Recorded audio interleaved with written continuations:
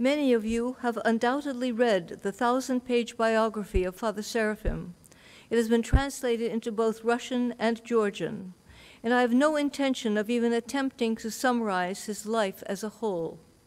I shall simply try to give a few impressions from my own experience of what he was like as a spiritual father and as a person. These impressions will necessarily be rather sketchy, and I will be glad to fill in or to clarify as necessary during the question and answer sessions. For those of you not yet acquainted with Father Seraphim, a brief introduction would be in order. Father Seraphim had no Orthodox roots. He grew up in a fairly typical American family in Southern California. Already as a youth, he became disillusioned with his mother's Protestant faith, and, gifted with a brilliant mind, he began searching for truth. He felt certain that there must be an absolute truth, and that this truth must rest in God. After years of persistent and agonizing search through science, philosophy, Buddhism, hedonism, God opened his heart to the Orthodox faith, and in 1961, on the Sunday of the Prodigal Son, he was received into the Orthodox Church. Shortly thereafter, he met the future Father Herman, and together they formed a brotherhood with the aim of fulfilling the two greatest commandments: love for God through a monastic life of prayer and the ascetic struggle of purifying the soul, and love for neighbor through the missionary publication of edifying and inspiring Orthodox texts in the English language. In order to fulfill this more perfectly, without distractions, they purchased an isolated piece of property in the small hamlet of Platina in the mountains of Northern California, moving there from San Francisco in 1968. It was there that I, together with my best friend Solomania, first visited them in November 1976. It took just a few conversations to sense that these two monks were not interested in preserving orthodoxy as part of an ethnic Russianness. They weren't there in the remote wilds of Northern California out of any romantic idea of being forest ascetics. They were firmly Christ-centered, their minds and hearts fully dedicated to living and spreading the gospel within the context of the faith held and transmitted through the centuries by the one holy, universal, and apostolic church, the Orthodox Church. At that time, by God's providence, there were only the two monks and a young black boy, Gleb, whom Father Seraphim homeschooled, living at the monastery. The fathers were overwhelmed with work, and we were overjoyed when they invited us to return for Great Lent, which we did the following February. I had the great blessing of knowing Father Seraphim quite closely over the last 6 years of his life, during which I lived in Platina or nearby. My first impressions of him did not change.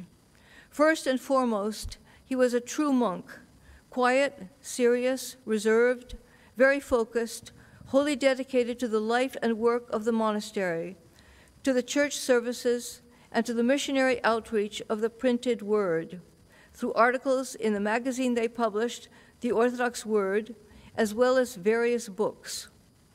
At the same time, he was very approachable, easy to talk to, no matter what your level of spiritual life. A careful listener, very straightforward, a clear thinker who possessed a profound depth and breadth of intellect. In spite of his erudition, he could speak to anyone at any level of spiritual life. He was particularly good in relating to older youth and young adults. Although Father Seraphim had anemia, which limited his stamina, he gave the impression of being energetic, always walking with big strides, taking a break from the intellectual work of research and writing to cut wood, work in the garden, or stand at one of the two old letterpress printing machines. But what impressed people the most, those who met him, was both his intensity and, at the same time, the sense of inner peace he had. He always seemed content, and together with his seriousness, he possessed a quiet warmth. It was wonderful just to be in his presence. Conditions at the monastery, which could more properly be called a hermitage or skeet, were still quite rugged. There was no running water. During winter, snow was packed into kitchen pots and placed on the wood stove of the trapezo to melt, while a cattle trough served as a cistern to collect rainwater in the spring. It rarely rained during the summer. Forest fires were a constant danger, and on the feast day of Prophet Elijah in early August, we all prayed fervently for rain, and he often responded. The summer after our arrival, a well was drilled, thanks to money provided from the benevolent fund of St. John of San Francisco. Water could then be drawn by a hand pump and no longer had to be hauled from the Platina store.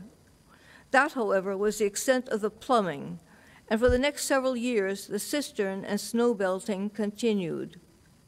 A generator provided electricity for the print shop, but otherwise they used only kerosene lamps, or more commonly, candles, most in the form of candle stubs sent up in boxes from the sepulchre of St. John in San Francisco. Each evening after Compline and evening prayers, Father Seraphim would stand at the door and ask if we had enough firewood, enough candles. He did this so unobtrusively that it was easy to overlook such consistent thoughtfulness, but that was typical of his character. Winters were cold, and there was no insulation in the buildings, and we all wore knit hats to bed. Heat came from primitive wood stoves, although when we first arrived, there was no stove in the church, and Father Seraphim's hands would turn blue. We tried to supply anything that might warm them, a small camp stove for the altar, hand warmers. Nothing was very effective, but he never complained. Father Seraphim valued the isolation of Platina. It was an hour's drive to the nearest town of any size, and 4 hours from San Francisco. Visitors were relatively few. One winter, we were snowed in for 2 weeks. Father Seraphim was delighted. As a monk, he preferred minimum contact with the world. On those occasions when Father Seraphim was obliged to go to town, he often asked me to drive him, perhaps because I spoke little on these trips. Although he himself could drive, I think he appreciated the time to pray, to think. He was a private person, very reticent, never spoke about himself. One had the impression, or so I did, that he had been born a monk. I regret now that I did not take advantage of these hour-long drives to ask questions, but at that time I felt little need to do so. For 3 years, just prior to my coming to Platina, I had lived in a Protestant evangelical commune. It was a time of intense inner spiritual turmoil, during which I felt as though I was up to my neck in deep water, barely keeping afloat, not knowing where the sure path to salvation lay. Whether it was in evangelical Protestantism or in the orthodoxy. The evangelicals with whom I lived were very zealous, very sincere, while the orthodoxy attracted me by its being more ancient and, more refined. When I arrived in Platina, I realized that by God's mercy, I had at last reached solid ground. It was such a relief to know that I was at last on the path to salvation with a sure guide, and that was Father Seraphim. I had no desire for anything else, no questions.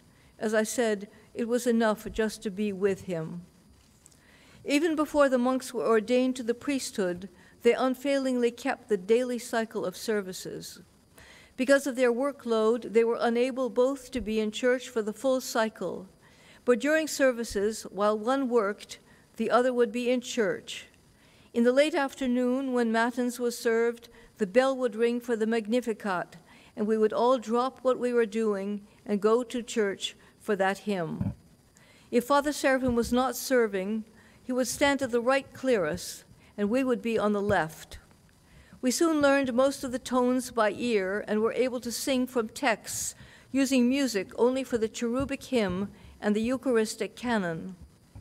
At that time, the Lenten Triodion was not yet available in English, and Father Seraphim, standing on the right clearus with the Slavonic text in front of him, would simultaneously intone each phrase in English like a canonarch, and we would then chant the phrase from the left clearus.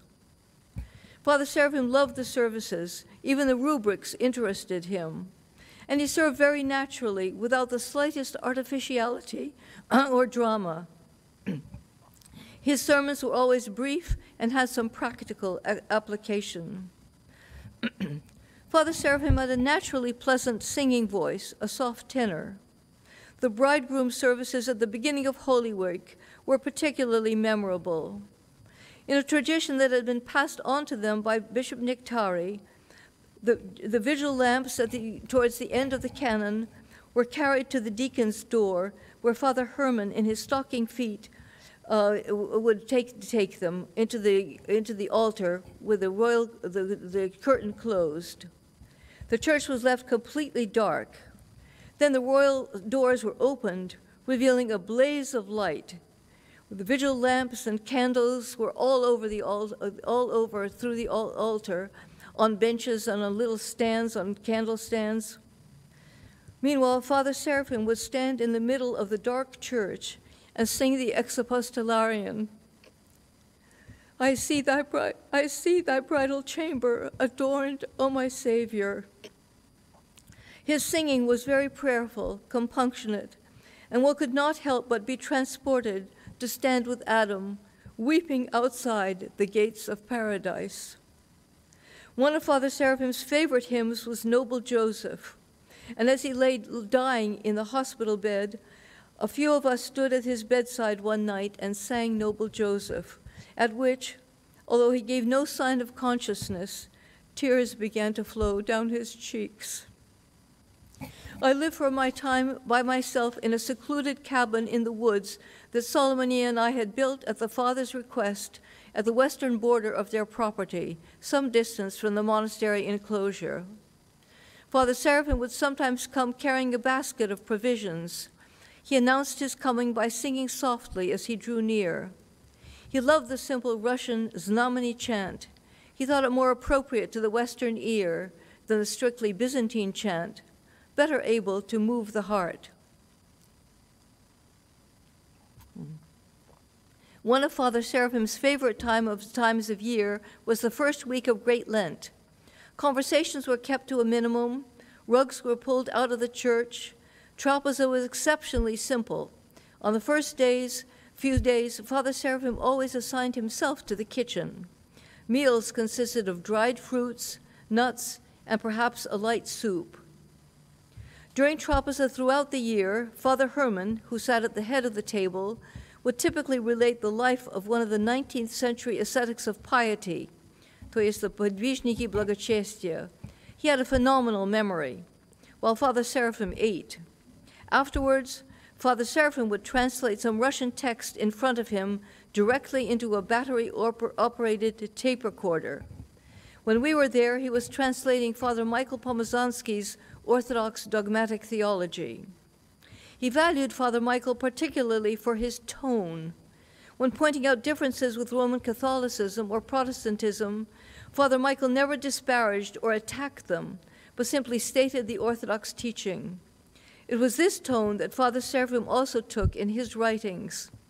He was very critical of those clergy who engaged in bitter polemics, but even when he strongly disagreed with them, his tone was firm, but never accusatory or argumentative.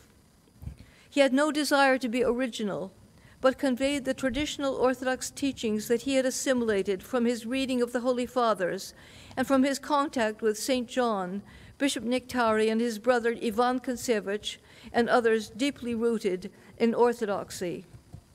Even in his monastic strivings, all Father Seraphim desired was to follow the traditions of the monastic fathers that had preceded him. He had a particular affinity for the 19th century elders of Optina Monastery, and he named his cell Optina. It was, I think, partly by keeping in mind the lofty example of these elders and others of the past, who he felt were of such superior spiritual caliber, that he was able to develop a rare humility, very difficult to attain in one so intellectually gifted. These times, in Father Seraphim's opinion, were not the time for elders. He once told me, "Never put your trust entirely in one man." That is, in our time of spiritual immaturity, we do not deserve them. Our elders are to be found between the covers of books. We are all encouraged to build up a spiritual library of solid Orthodox texts. Among these were books such as Unseen Warfare, the Discourses of Abba Dorotheus, The Arena by St. Ignatius Branchaninov, the Letters of Elder Macarius of Optina, and anything by St. Theophan the Recluse. By immersing ourselves in such books, our souls would more easily become permeated with the true spirit of orthodoxy, that is, the savor, as Father Seraphim would say, and we would more easily be able to recognize and avoid being infected by the spirit of this world. Because it said that the savor of orthodoxy is something that can develop deep in our hearts, and because we can easily be deceived by our minds, but our hearts, if filled with the savor of orthodoxy, can prevent us from going off the true path. He discouraged the reading of more exalted texts, such as the Philokalia or the teachings of St. Isaac the Syrian, which then had been newly translated, as he saw that converts tended to gravitate towards such texts long before they were spiritually mature enough to apply them properly to their own spiritual lives. What was important to Father Seraphim was not so much knowledge as it was practice. The whole point of any reading was to apply its lesson to our daily lives. And in what he called this age of feeble faith, if we could but strive to be genuine, kind, warm-hearted Christians, this would already be a podvig, a worthy ascetic feat. Having a brilliant mind and being a natural academic, Father Seraphim had struggled mightily against relying on his mind in order to develop an Orthodox heart, and he did all he could to help others move in that same direction. For this reason, he recommended the reading of good literature that could help to warm the heart and inspire Christian feelings. He particularly liked Charles Dickens. There at the monastery, an older teen came to stay for some weeks, and together they read aloud David Copperfield. Both wept. Yet another hindrance towards leading an Orthodox life was America's lifestyle of comfort. Take it easy, have it your way. Southern California, where Father Seraphim grew up, was dominated by the entertainment industry. A Disneyland mentality was a favorite pejorative. In general, Father Seraphim disliked any frivolity, any wasted time. He encouraged families with TVs to throw them out, or at least to severely limit any viewing, as it was just another way of becoming infected with worldliness. One shudders to think what he would say in this age of addiction to cell phones. Father Seraphim understood the value of sufferings in spiritual life, and for this reason he thought that families with problems were in a much better position spiritually than those whose lives flowed more smoothly. Those families who had difficulties, chronically sick children, financial woes, tended to have a more serious attitude towards life and to more easily recognize their need for God. They were more open to the spiritual life. The Platina Fathers themselves did not seek to make conditions at the monastery more comfortable. It was livable, but it was often physically difficult or demanding.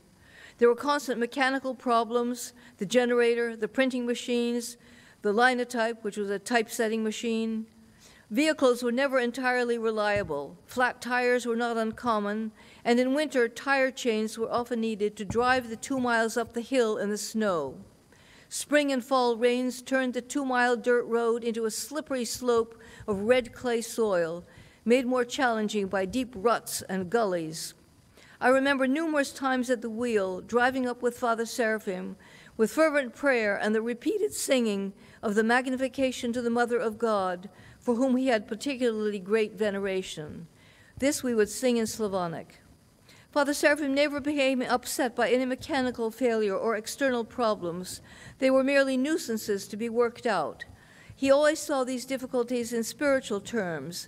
Whenever something would go wrong in this way, he would ascribe it to the evil one, trying to discourage them. When such difficulties came, as they were in the midst of printing an issue of the Orthodox Word, Father Seraphim's first thought was that it was to be a particularly important issue, since the evil one was trying his best to discourage them.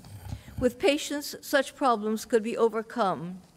Father Seraphim much preferred such attacks to frictions in personal relationships, to which we women were, unfortunately, more prone. In hindsight, I began to see that quite beyond the difficulties posed by these external challenges, Father Seraphim had his own personal sufferings. I've often referred to Father Seraphim and Father Herman together as the Platina Fathers. During the entire time we were with them, both Solomania and I had the impression that they worked very well together, that in spite of being such different personalities, they were indeed of one mind and one heart. It is only years later that I've come to understand, or so it is my opinion, that Father Seraphim was able to preserve his calm demeanor only through the painful struggle of crucifying himself. This was true suffering, the suffering of which saints are made. This became increasingly evident over the last few years of Father Seraphim's life. The two monks had very different personalities. In what I am about to say, I do not wish to disparage Father Herman in any way, as he had his great gifts as well. He was exceptionally warm, full of energy, and able to inspire, and did inspire, hundreds of people. But he himself admitted to me soon after Father Seraphim's repose that Father Seraphim was the tree, while he was just the wind. And what good was wind without a tree? Father Herman was Russian, of an artistic background. He was very gregarious and enjoyed joking with people. He easily drew the attention and adulation of young people, while Father Seraphim kept himself in the background. Most visitors and pilgrims who came to the monastery came primarily to see Father Herman. This suited Father Seraphim, although he was only too glad to spend time with those who had serious questions, and serious-minded Americans felt more comfortable with his straightforward approach. As time went by, Father Herman became increasingly restless, taking any opportunity to be driven into town. The more attention he received, the more he desired it. After Father Seraphim's repose, this weakness in Father Herman's character proved near fatal, as he fell into the trap of being a guru.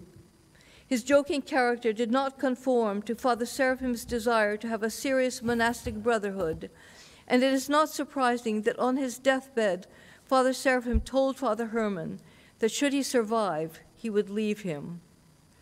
Although the fathers were meant to be in obedience to one another, in practice, Father Seraphim almost always yielded to Father Herman. I think he did this deliberately in order to humble himself. He was so evidently the more gifted, and to constantly take the lower seat must have required immense self-control. Whether or not this became easier for him as the years passed, I do not know. I can only guess that he was able to do this only because he kept his mind focused on the one thing needful, and he had a burning desire to be with Christ and his saints. He was also deeply satisfied by the work he was doing. He loved the monastic life there in the wilderness and had no desire to go anywhere else. As a young man, he often felt as though he were in a living hell. By contrast, when shortly before his repose, one of his spiritual children asked him how he was feeling, he said quite simply, "I'm in paradise." This was the fruit of his Christian maximalism, his belief that one should be wholly Christian or not at all. And if anyone has been inspired or otherwise helped by Father Seraphim, he can give Father Seraphim no greater expression of his gratitude than to endeavor, in whatever measure he can, to emulate him in becoming a Christian maximalist.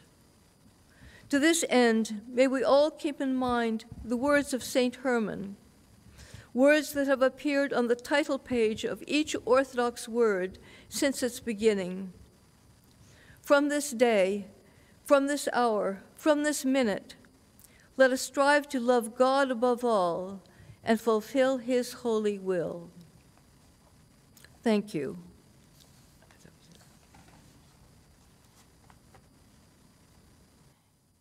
Yes, the first year I spent just living in the little guest house of the monastery, and but soon that's very summer. I said that the fathers had invited us to spend Great Lent. Of course, we were very afraid that after Great Lent passed that they would ask us to leave. But after Pascha, about a week or two after Pascha, then Father Seraphim invited us into a teepee. Somebody had gifted them with a teepee for some of their pilgrims, and it was just outside the monastery gates and a little bit in the woods.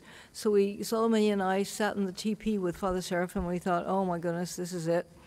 But instead, Father Seraphim asked us whether we would be willing to stay with them and to help them until they finished publishing Russia's Catacomb Saints.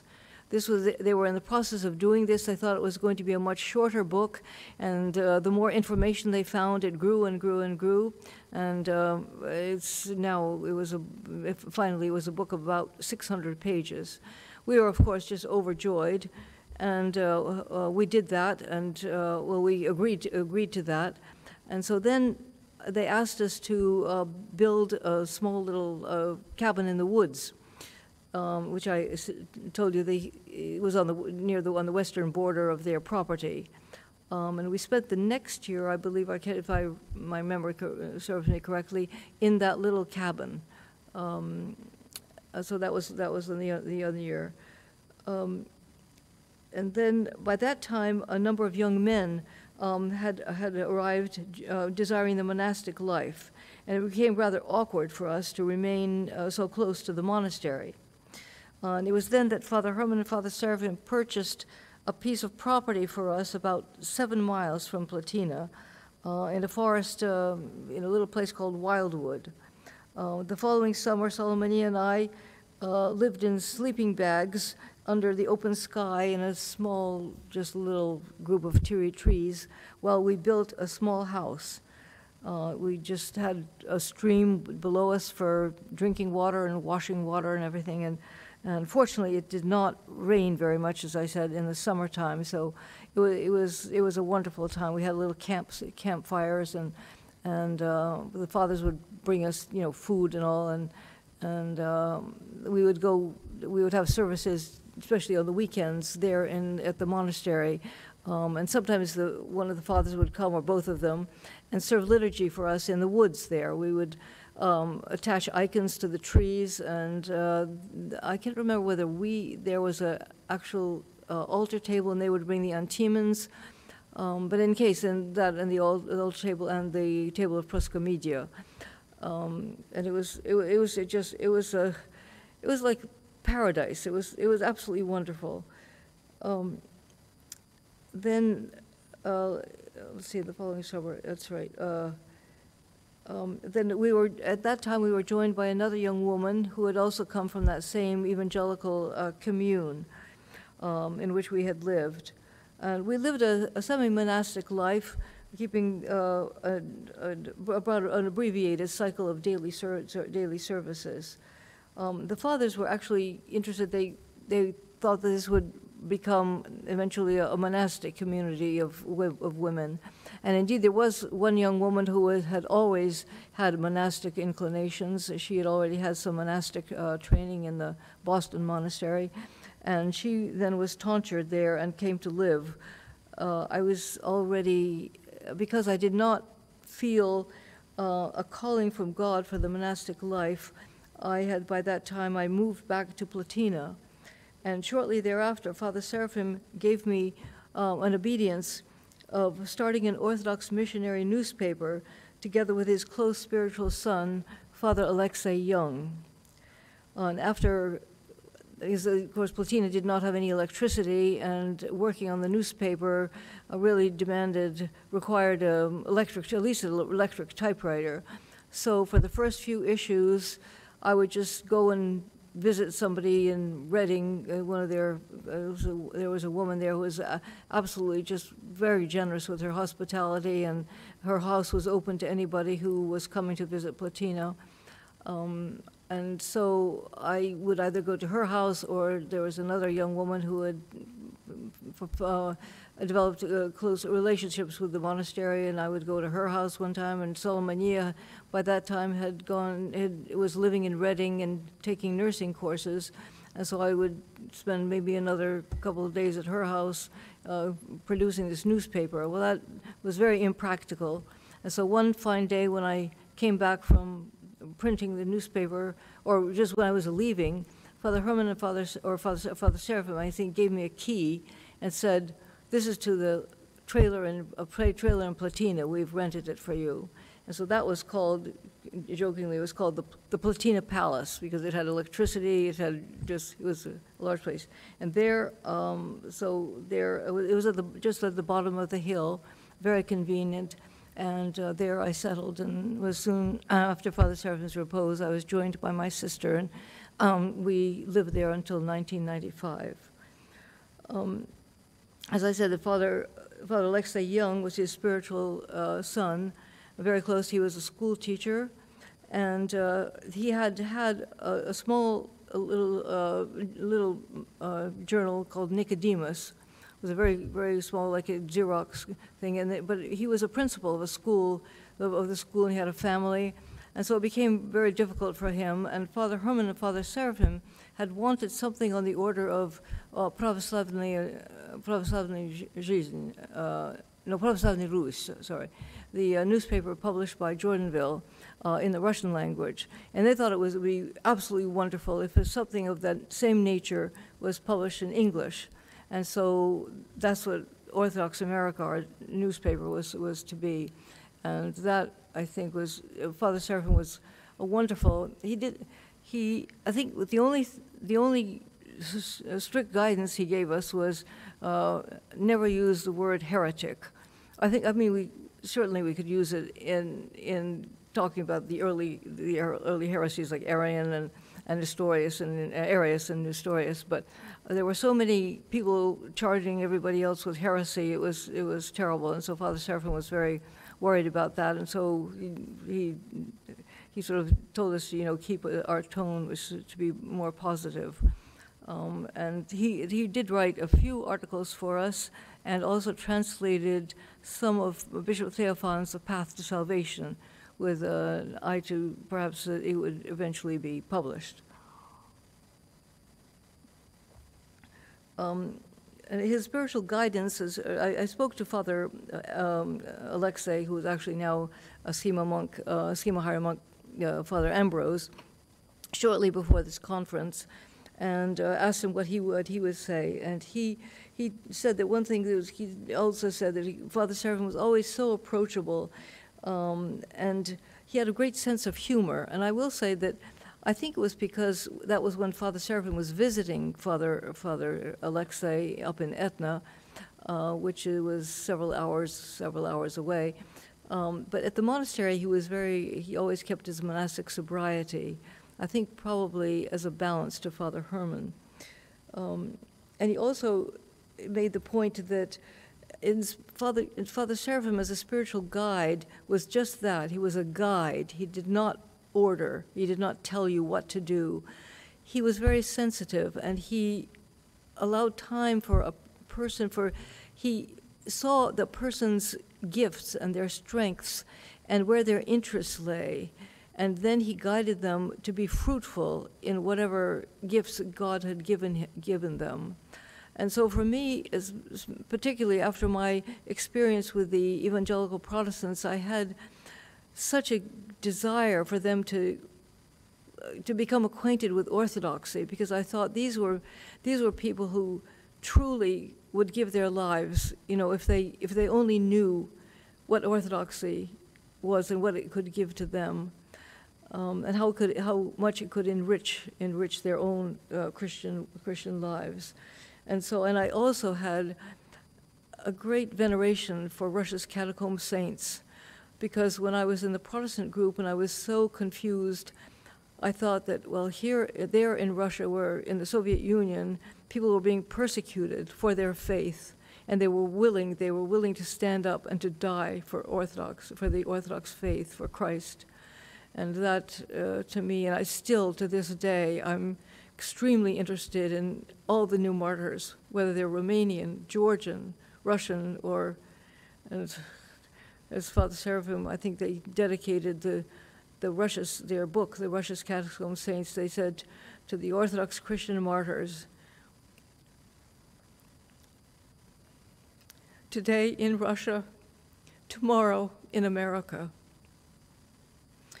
Another one of his spiritual daughters, who was a nun there for a while at St. Ksenia's Skeet, what became St. Ksenia's Skeet, and I asked her what she would say, and she said that she would say that Father Seraphim, when he came to realize, when he understood and when he had faith that the Orthodox Church was the true church, he didn't pick and choose what of parts of the church he was willing to accept and which he was sort of questioning. He accepted the church wholly, and he said, this came very early in his orthodoxy. He had, I think he was described in his autobiography, he was standing in church at the convent, and the abbess, who was a Russian, very sort of a simple but a very strong abbess. And Father Seraphim was I think the feast of the Dormition, and when he was thinking about how the apostles were gathered on the clouds, and he thought, well, how could anyone sort of believe that? He was just questioning that, and the abbess, without him saying anything, the abbess addressed that exact question, and he saw that she had this strong childlike faith. And so he understood that that's what he was missing. He always desired that, and so he tried to adopt that, and he wholeheartedly embraced the church and whatever it taught. And he said this. Well, yeah, he had no opinion of sort of what is true and what isn't, or something like that. It was just totally. It was total, and so he believed that the church was worth living for and worth dying for. And another spiritual son he had this intellectual questioning mind, and he asked Father Seraphim he was always questioning these various things, and Father Seraphim told him, he said, well, if there's something you don't understand, perhaps that means that it's not time for you to understand. He just said, sort of put it in a closet in your mind. Just put the question in your closet, and when it is time, then God will reveal it to you in His own good time. Meanwhile, do not let it bother you. I would also say that, you in Georgia, you have such a treasure in your centuries old Orthodox history of Orthodoxy. It's such a treasure you cannot imagine. In the United States, we have nothing like that. Especially the Orthodox, we're far and few between. And it's interesting, though, that during Father Seraphim's time, there was a wave of converts. These young, many of them former evangelicals who were looking for something deeper, and they began coming to Orthodoxy. And then it waned for a bit, for some years. And now we are experiencing, I would say, a new resurgence of interest in Orthodoxy. And it's amazing that people are just coming, many parishes are experiencing new converts coming to their doors, just not necessarily invited by anybody, but perhaps they just see an Orthodox church and they think there's something that they should look into that, and they walk in, and some of them even though it's very foreign to them, they just understand there's something here, and it's the true church. And I will say many have heard of Orthodoxy through the books, through reading both the life and the books of Father Seraphim Rose. It's interesting also that both in Russia and in Georgia, I think that Father Seraphim became better known more quickly than he did in the United States. It's amazing to me here in Georgia how many people, almost every Orthodox, knows about Father Seraphim and loves him. And it's such a joy. It's such a joy to know that his labors are now appreciated. It was funny, his mother used to she wrote to me once and she thought that, I know that in the past she thought that Father Seraphim had somehow wasted his life. You know, he could have been such a great Chinese professor of Chinese, had he continued his studies. He was actually already teaching Chinese. But I thought, yes, but I tried to explain to her that he could have, influenced and been a great influence on many students. But how many thousands of people he is influencing now, and not just to learn Chinese or the culture, but to save their souls. And I hope that his books and his life will continue to bring other people to salvation. Thank you for your time.